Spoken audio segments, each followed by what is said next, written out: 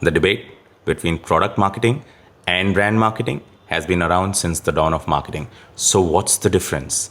Product marketing focuses on showcasing the features and benefits of specific products. It's about making your product stand out with clear visuals and communication about what makes it unique. Brand marketing, on the other hand, is about building a strong, cohesive image of your entire brand. It's not just about one product, it's about the whole experience and what your brand represents. Brand marketing creates a connection with your audience, fostering trust and love for your brand over time.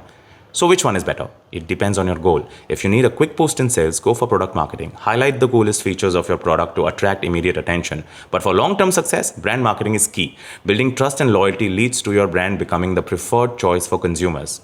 Take Samsung versus Apple. You don't choose Apple products just for their features. You choose it because you love and trust the brand.